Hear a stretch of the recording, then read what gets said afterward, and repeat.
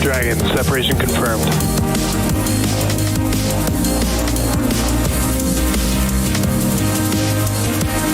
Stage 1 is transonic. Landing legs have deployed. And Falcon 9 has landed. Hello everyone, and thank you for joining us once again for the Falcon Heavy webcast of the Jupiter 3 mission. I'm Ronnie Foreman, and I'm joining you to follow our Falcon Heavy rocket liftoff from Launch Complex 39A at Kennedy Space Center in Florida. If you've been following along, you know that we stood down from Wednesday's launch attempt with an abort called around the T-1 minute mark. This was due to a valve that stuck open on one of the side boosters, preventing us from performing pressurization of a rocket component. We replaced the valve and checkouts were successful. So it looks like we are good to go today as long as the weather cooperates with us. So our team is working towards an on-time liftoff of 11:04 p.m. Eastern. Today's mission is for our customer EchoStar and their Hughes Network Systems division, and will mark SpaceX's third Falcon Heavy mission this year and sixth operational Falcon Heavy mission overall. And if you've been following along, this is also our second mission in less than 24 hours. Late last night or early this morning, depending on where you're watching from, we were fortunate enough to find some good weather down in Florida and launched our 50th mission so far of 2023. We had liftoff at 12:01 a.m. Eastern Time from our neighboring pad, Space Launch Complex 40. Back on 39A tonight, with that great view you have on your screen, we have the Hughes JUPITER 3 EchoStar 24, or JUPITER 3 for short, on board the second stage. JUPITER 3 was built by Maxar and will be the largest commercial communications satellite ever to launch into geostationary orbit, weighing over 9 tons. Once operational, JUPITER 3 will help meet demand for HughesNet satellite internet in rural areas of the United States and Latin America, as well as demand for Explore service for rural customers in Canada. In addition to supporting enterprise and government applications, JUPITER 3 will also power higher speed satellite internet service plans in North America, while helping to expand and enhance HughesNet across Mexico, Brazil, and South America. We'll have more about our customer and their payload later on during the show, so be sure to stay tuned. Now at just under T-minus 13 minutes, all systems are currently go for an on-time liftoff of 11:04 p.m. Eastern. The vehicle started propellant loading around the T-minus 50-minute mark and is nearly fully loaded with propellants. The range is ready to support, and we have a 25% chance of violation for weather today, but we're moving forward with the countdown to see if we can find some clear weather in time for liftoff. Of course, if for some reason we don't launch today, we do have a backup opportunity tomorrow at the same time. So as you can see on your screen, although a little bit obscured by that LOX cloud, Falcon Heavy is essentially 3 Falcon 9 rockets strapped together, which means it can carry much larger payloads, not only to Earth's orbit, but to the Moon and Mars as well. Like the Falcon 9, Falcon Heavy is a 2-stage launch vehicle, but the big difference is that the Falcon Heavy first stage is comprised of 3 cores, and Falcon 9 has only 1. That means that Falcon Heavy has 28 engines in total. Each one of the 3 boosters has 9 M1D engines at the bottom, making for a total of 27 engines across the center core and both side boosters, which you have a great view of on your screen right now. The 28th engine, of course, is a Merlin vacuum engine on board the second stage, and that's what will power the payload to its final targeted orbit today. Altogether, the Merlin 1D engines at the base of Falcon Heavy produce 5 million pounds of thrust, which is equal to 18 747s at takeoff. In fact, the engines produce so much power that we don't run them all at full thrust at once until after liftoff. About 2.5 minutes into flight, the 2 side boosters will separate from the center core and come back to Earth for simultaneous landings at Landing Zone 1 and Landing Zone 2. Each of the side boosters on either side of the center core are flying for the 3rd time on today's mission, having previously supported USSF-44 and 67. If successfully recovered, the side boosters will be refurbished and used again on a future Falcon Heavy mission. Similar to previous launches, we'll be conducting a 1-engine entry burn today. This allows us to shorten the length of the entry burn for the side boosters, ultimately allowing us to increase performance. And speaking of increased performance, we will not be attempting to recover the center core today. So if you look closely at your screen, you'll see that the center core doesn't have landing legs or grid fins attached.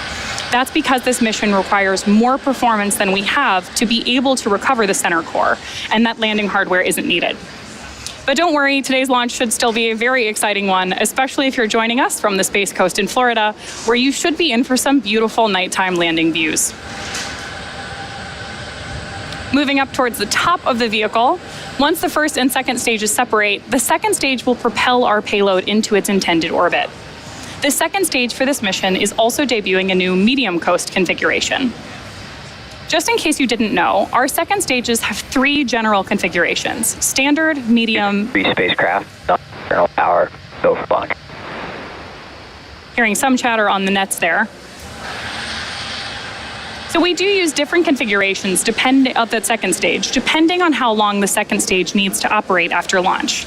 A medium coast kit, which is what we're using today, provides better performance for some missions and includes an added battery loaf or power pack, a painted gray stripe on the outside of the fuel tank, and other hardware to make sure the fuel and stages systems operate as long as needed once we get to space.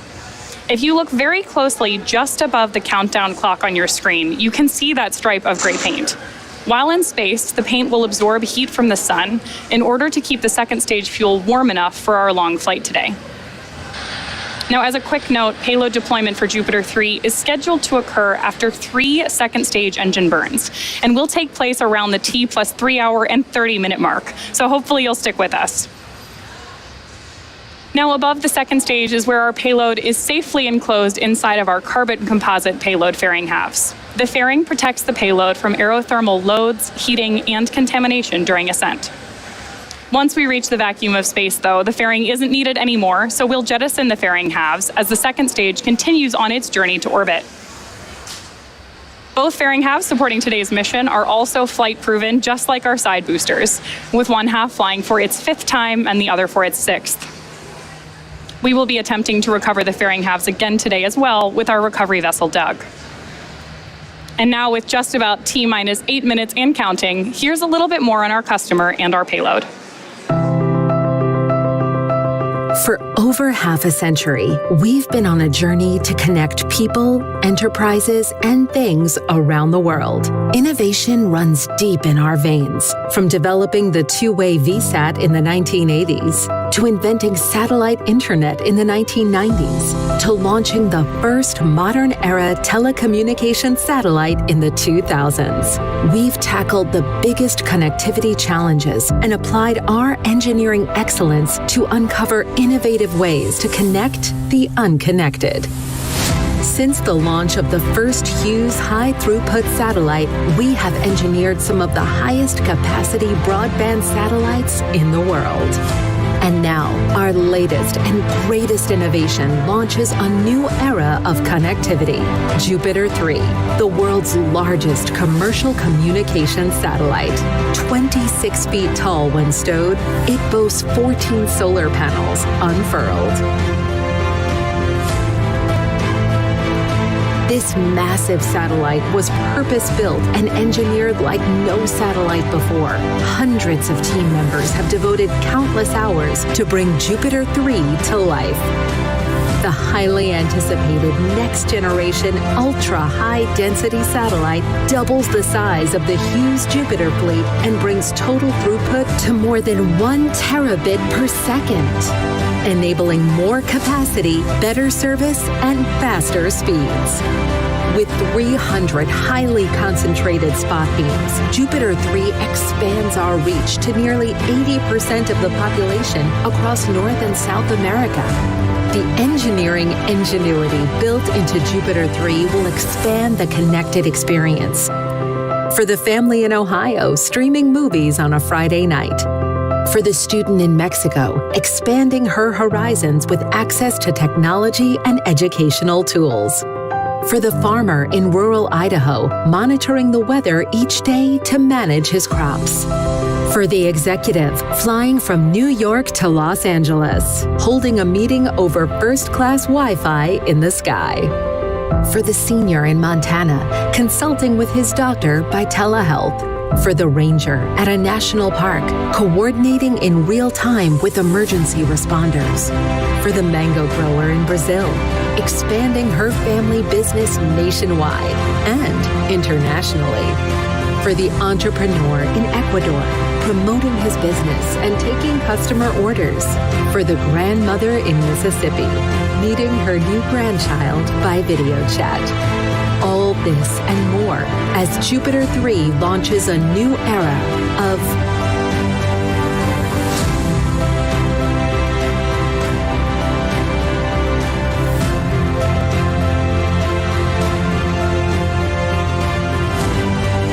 join us. As a quick update, it looks like we actually don't have a recycle opportunity tomorrow, but weather has improved with only a 10% probability of violation, so we're looking great for liftoff. Next up, in preparation for liftoff, the clamp arms... Back retracts in progress. There you go ahead and hear Mission Control has commented that we are hearing, or we're getting ready for strong back retract, which is when that large truss structure, or called the TE, or the strong back for short, will start to retract away from Falcon Heavy.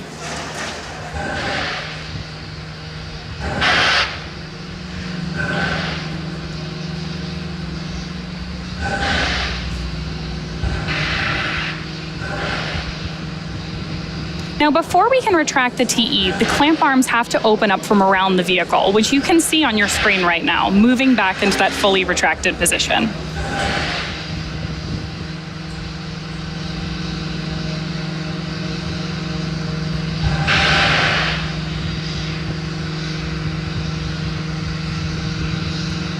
Now you have a great view on your screen of the strong back moving away from Falcon Heavy.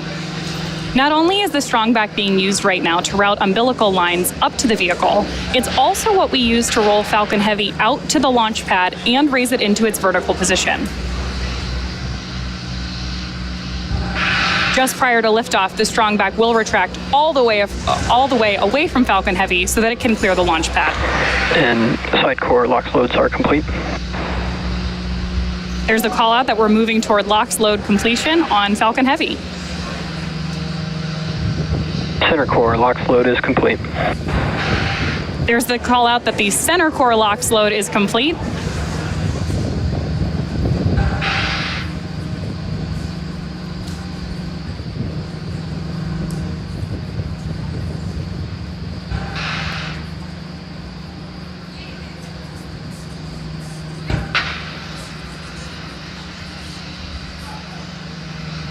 As always, those white clouds venting from around the side of Falcon Heavy are nothing to worry about.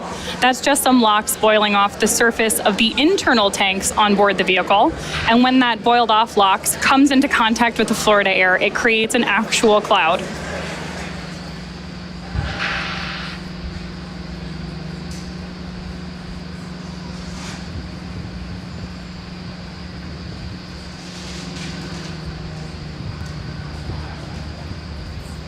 Incredible views from the launch site down in Florida tonight. Stage 2 LOX load is complete.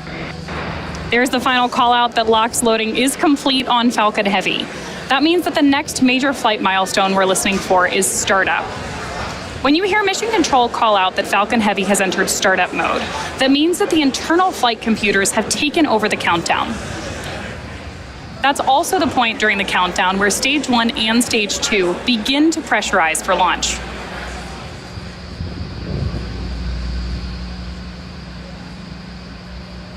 Ground gas closeouts.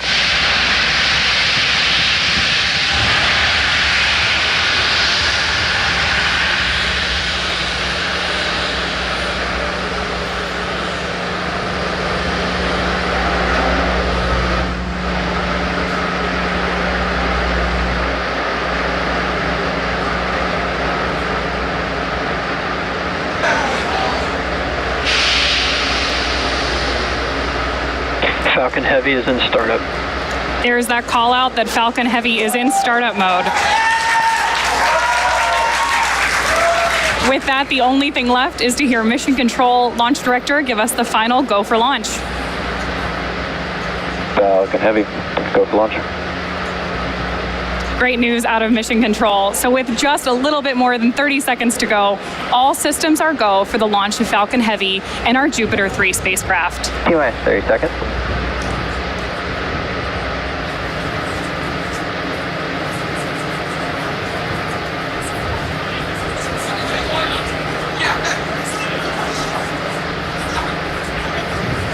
Seconds. T-minus 10, 9, 8, 7, 6, 5, 4, 3, 2, 1. Ignition. Engine full power. And liftoff. Falcon Heavy. Go Falcon 9. Go Falcon Heavy. Go EchoStar.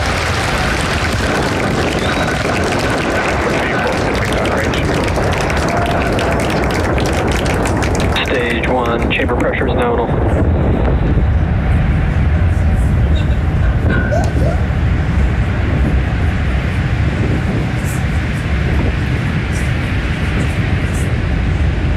We are just over 30 seconds into flight under the power of over 5 million pounds of thrust, and Falcon Heavy is on its way to space.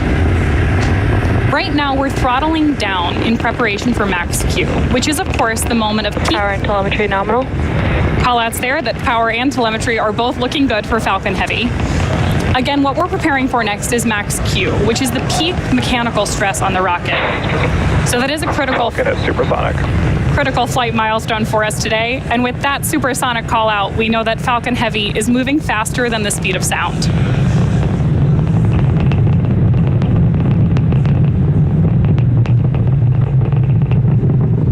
Max Q. There we've passed through max Q. So now the engines are throttling up. Everything's looking good with the stage 1 trajectory, which is great news. Our side boosters are throttled all the way up right now, but the center core is operating at reduced power. We'll gradually begin reducing thrust from the side boosters to decrease forces on the vehicle structure as we approach our next major flight event, BECO. BECO, which stands for Booster Engine Cutoff, is expected at about 2.5 minutes into flight. That's where we'll shut down the engines on the side boosters. And then following BECO, the side boosters will separate away from the center core and begin their trip back to Earth. The center core engines will then ramp up to full power and burn for approximately another minute, while the side boosters execute their boost back burns simultaneously. Incredible views of Falcon Heavy right now. And as a reminder, although we are not attempting to recover our center core due to performance today, we will be attempting to land those 2 side boosters on landing zones 1 and 2, so we'll have great views for you on the right-hand side of your screen.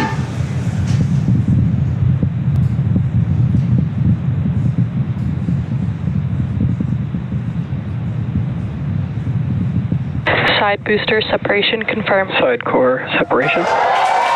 There we've had confirmation of side core separation there. And shortly, those side boosters are going to begin the first of 3 burns prior to landing back on land. There's the call out that we've had boost back begin.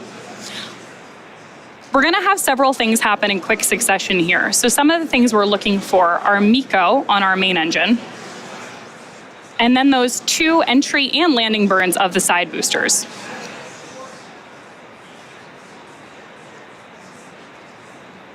On your screen right now, we have views of both of those side boosters on their way back to Earth. There we go, over on the side right there.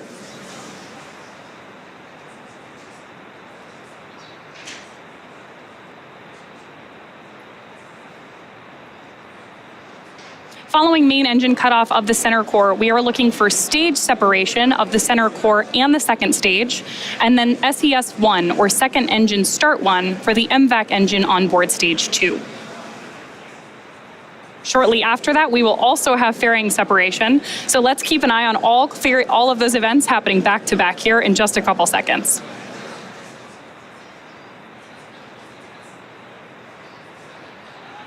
Booster boost back shutdown. There's confirmation that the boost back burn on both side boosters has Stage completed. separation confirmed. Acquisition of signal for Muta. Stage 1 FTS has saved center core. MVAC ignition.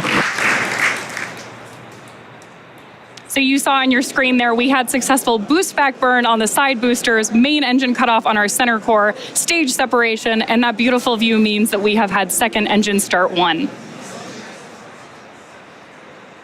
That will wrap it up. Fairing separation confirmed. That wraps it up for our center core and our fairing halves tonight. So while stage 2 now continues on its journey to space, those fairing halves are currently falling back to Earth. All vehicles are following nominal trajectories. With that, we know both vehicles, the center core and stage 2, are on nominal trajectories. And of course, we're going to try to recover those fairing halves again tonight using our recovery vessel, Doug.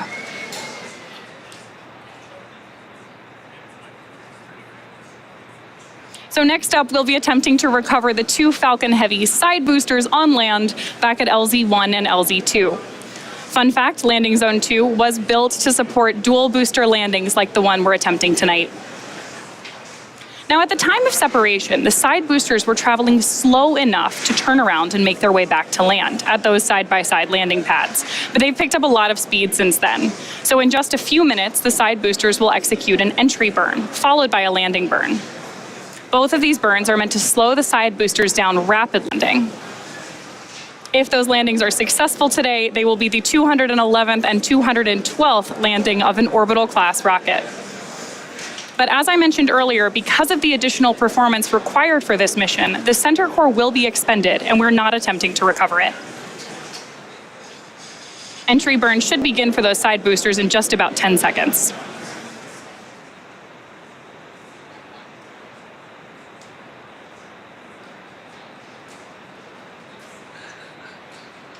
Side booster entry burn startup.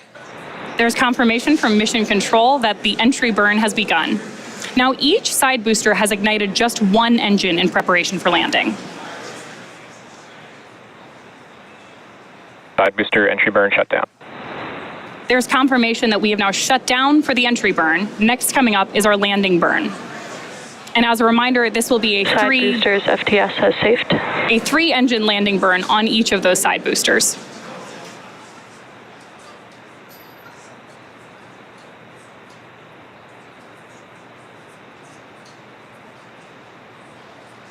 Starting to get some initial views in from those side boosters as they come back to Florida, and expecting that landing burn to start here in just about 20 or 30 seconds.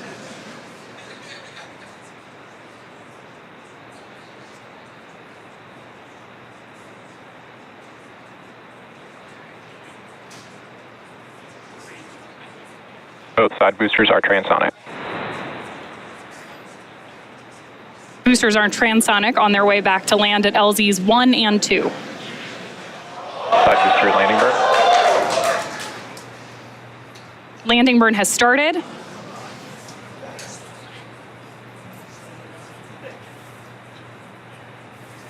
Side booster landing leg deploy.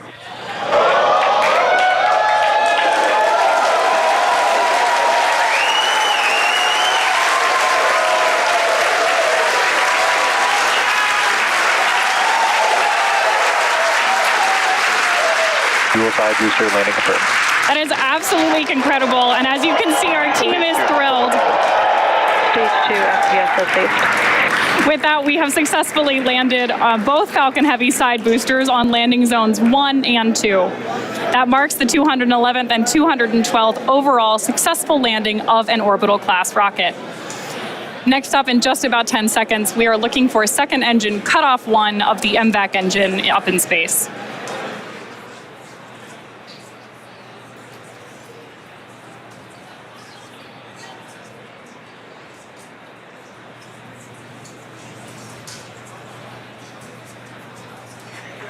Seco.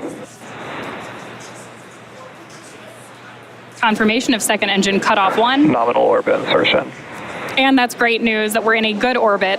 So at this point, we'll be heading into a coast phase until our second relight of the MVAC engine around the T+26 minute mark. We'll come back to bring you live coverage of that second burn in about 15 minutes. But until then, sit back and enjoy the space tunes.